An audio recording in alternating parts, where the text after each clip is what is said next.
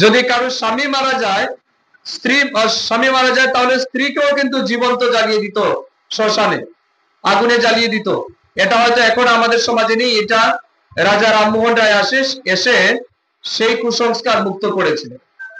তারপরে কি ছিল, ধরুন 15 বছর বয়সে কি বিয়ে করেছে, আগে তো কম বয়সে বিয়ে হতো, দেখা গেল 16 বছর বয়সে কারো স্বামী মারা গেল কোনো বিশেষ রোগে, কলেরিয়া, ম্যালেরিয়া, ডায়রিয়া, এই সমস্ত রোগে মারা যেত আগে মানুষ, প্রপার চিকিৎসা ব্যবস্থা ছিল না।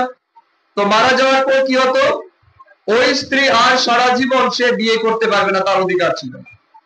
তো তারপর ঈশ্বরচন্দ্র বিদ্যাসাগর এলেন, বিধবা বিবাহ তিনি চালু করলেন।